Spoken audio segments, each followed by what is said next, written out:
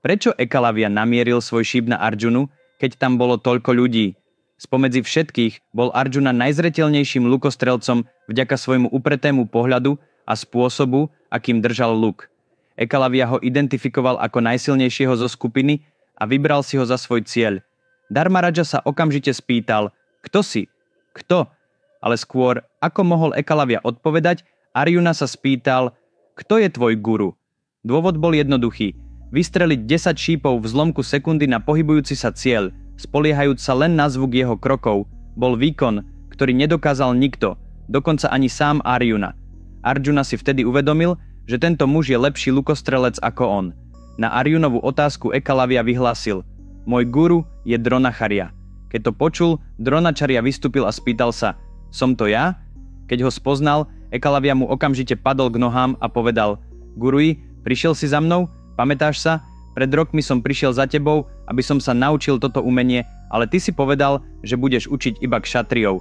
Rešpektujúc tvoje slová som sa vrátil domov, vzal som si tvoje požehnanie a vytvoril tvoj obraz z hliny. Predstavoval som si, že si so mnou a usilovne som cvičil. Dnes ovládam zručnosti, ktoré nikto iný nedokáže vykonávať. V okamihu dokážem vystreliť 10 šípov, pričom sa riadím iba zvukom. Keď to Dronacharya počul, naplnili ho zmiešané pocity. Na jednej strane bol nad Ekalaviovým úspechom nadšený, na druhej strane sa však hlboko trápil, pretože vedel, že Ekalavia je nepochybne lepší lukostrelec ako Arjuna a sľub, ktorý dal Arjunovi, už nemohol dodržať. V tej chvíli Duryodhana bez rozmýšľania pristúpil k Ekalaviovi a povedal, môj drahý priateľ Ekalavia, nikdy sme nevideli bojovníka, ako si ty, nech by sme prehľadali koľkokoľvek kráľovstiev, žiadne sa nevyrovná tvojim schopnostiam. Bolo pre nás požehnaním stretnúť ťa. Odteraz je všetkých 100 Kauravov tvojimi priateľmi na celý život. Duryodhana, plný obdivu, povedal Ekalaviovi, vyžiadaj si od nášho kráľovstva čokoľvek, čo si praješ, zlato, diamanty alebo akýkoľvek iný dar a my ťa štedro odmeníme. Zahltený chválou a darmi prijal Ekalavia Duryodhanu za svojho priateľa. Kauravovia sa zhromaždili okolo Ekalaviu a postarali sa, aby sa k nemu nemohli priblížiť ani Pandavovia. Dronacharya si čoskoro uvedomil, čo sa deje. Medzi Kauravami nebol ani jeden bojovník, ktorý by mohol prekonať Arjunu. Tým, že sa spriatelili s Ekalaviom a urobili z neho svojho spojenca, pripravovali Arjunovi mocného súpera. Ak by to takto pokračovalo, Ekalavia by mohol Arjunu ľahko poraziť a Kauravovia by sa stali nezastaviteľnými. Dronacharya vedel, že musí okamžite konať. Obrátil sa na Ekalaviu a spýtal sa, Ekalavia, naozaj ma považuješ za svojho gurua? V myšlienkach, slovách a skutkoch? Ekalavia bez váhania odpovedal, áno gurui, bez pochyby. Dronacharya potom povedal, ak je to tak, žiadam o guru dakšinu. Dáš mi ju? Ekalavia, pokorný ako vždy, odpovedal, gurui, som len lovec. Čo ti môžem ponúknuť ako guru dakšinu? Mám len tigrie kože, slonie kly a mäso, ale čokoľvek mám, dám ti to gurui. Dronacharya na chvíľu zaváhal. Pozrel sa Ekalaviovi do tváre, ale potom povedal, chcem niečo, čo mi môžeš dať len ty. Chcem palec tvojej pravej ruky. Ako Dronacharya stál a premýšľal, či mu Ekalavia vyhovie, všetci okolo nich obrátili oči k zemi. Dronacharya sa zo zvedavosti otočil, aby zistil, prečo sa všetci pozerajú dolu. A na zemi ležal odťatý palec. Ekalavia si bez zaváhania odrezal palec a položil ho svojmu guruovi k nohám. Dronacharya bol ohromený. Neočakával, že Ekalavia urobiť takúto obeť. Vedľa neho sa po Arjunovom líci skotúľala jediná slza. Bolelo ho srdce, keď si uvedomil nespravodlivosť, ktorá postihla takého veľkého bojovníka a že on sám môže byť jej príčinou. Keď sa Ekalaviova krv rozliala na zem, niekoľko kvapiek dopadlo na Duryodhanovú tvár. Hoci mu Ekalavia odťal iba palec, Duryodhana mal pocit, ako by mu sám podrezal hrdlo.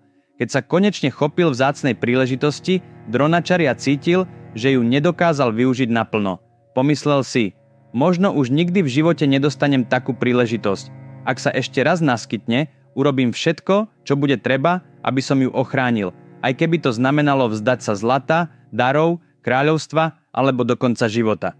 So sklonenou hlavou a neznesiteľnou ťarchou smútku Dronacharya odišiel. Priatelia, môže byť jeden príbeh taký podmanivý, že človek zabudne na celý svoj život?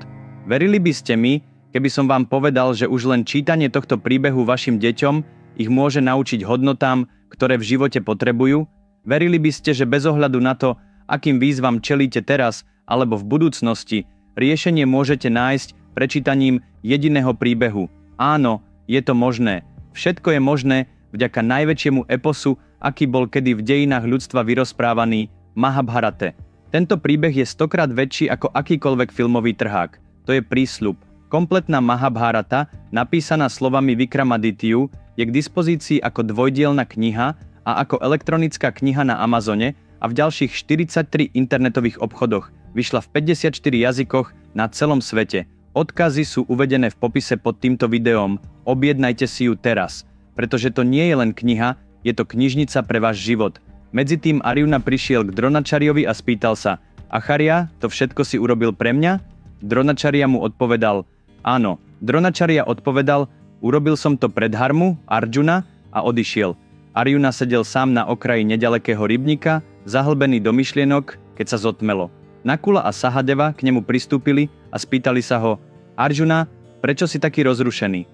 Arjuna odpovedal: nemôžem sa zmieriť s tým, že ma považujú za veľkého len preto, že Ekalavya stratil palec. Nie som väčší ako Ekalavya. Pravda je taká, že som sa stal veľkým len preto, že Ekalavya tu už nie je, aby ma vyzval. Ekalavya dokázal strieľať šípy len na základe počutia zvuku. Aby som prekonal Ekalavyu a stal sa skutočne väčším ako on, musím prekonať sám seba. Musím sa naučiť ešte väčšiu zručnosť. Nakula, Sahadeva. Nebudem sa spoliehať len na zvuk, ale budem sa cvičiť strieľať šípy v úplnej tme.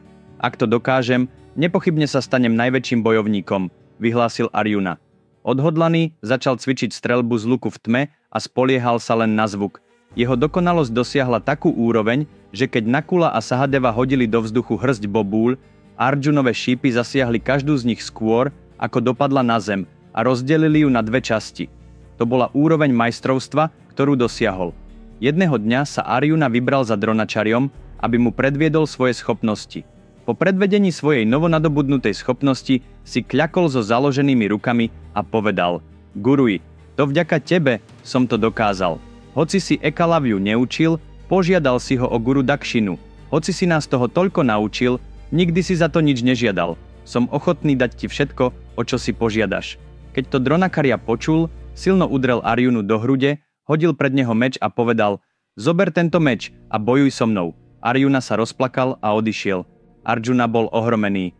Guruji, ako môžem proti tebe zdvihnúť meč? Ty si môj učiteľ, nikdy by som nič také nemohol urobiť. Dronačarya ho znova udrel a zakričal: čo si to za bojovníka, Arjuna, keď tvrdíš, že nemôžeš proti mne použiť meč, keď ťa povolám do boja? Na boisku by si mal vidieť len dve veci. Protivníka, ktorý stojí pred tebou pripravený zomrieť, a meč vo svojej ruke. Arjuna, jedného dňa budeme ty a ja povolaní do boja na boisku. V ten deň musíš so mnou bojovať ako pravý bojovník, ako pravý Dronachariov žiak, a musíš ma poraziť. To bude tvoj guru Dakšina. Sľub mi, že to urobíš, povedal Dronačarya. Arjuna sa na chvíľu zamyslel a keďže nemohol odmietnúť žiadosť vyslovenú ako guru Dakšina, súhlasil. Pod Dronačariovým výcvikom sa Kauravovia a Pandavovia stali veľkými bojovníkmi. Aby mohli predviesť svoje schopnosti pred obyvateľmi Hastinapury, bola usporiadaná veľká aréna, podobná modernému kriketovému štadionu. Podujatie sa začalo tým, že Dharmaraja predviedol svoje majstrovstvo v ovládaní oštepov. Ukázal, koľkými spôsobmi sa dá oštep hodiť, koľko oštepov sa dá hodiť súčasne a rôzne techniky manévrovania s vozom v boji. Potom prišli Nakula a Sahadeva, ktorí predviedli svoje zručnosti s mečmi a koňmi. Potom svoje zručnosti predviedli niektorí Kauravovia. Po nich bol vyzvaný Duryodhana, aby predviedol svoje bojové schopnosti. V tej chvíli sa Duryodhana obrátil na Bhimu a povedal: keď sme boli deti, porazil si ma v zápase pred všetkými. Teraz sme už dospelí muži. Myslíš si, že ma môžeš znova poraziť, Bhima? Máš na to odvahu? Bhima bez odpovede zdvihol palcát a vrhol sa priamo na Duryodhanu, pripravený na boj. Priatelia, v ďalšej epizóde sa veci posunú na inú úroveň.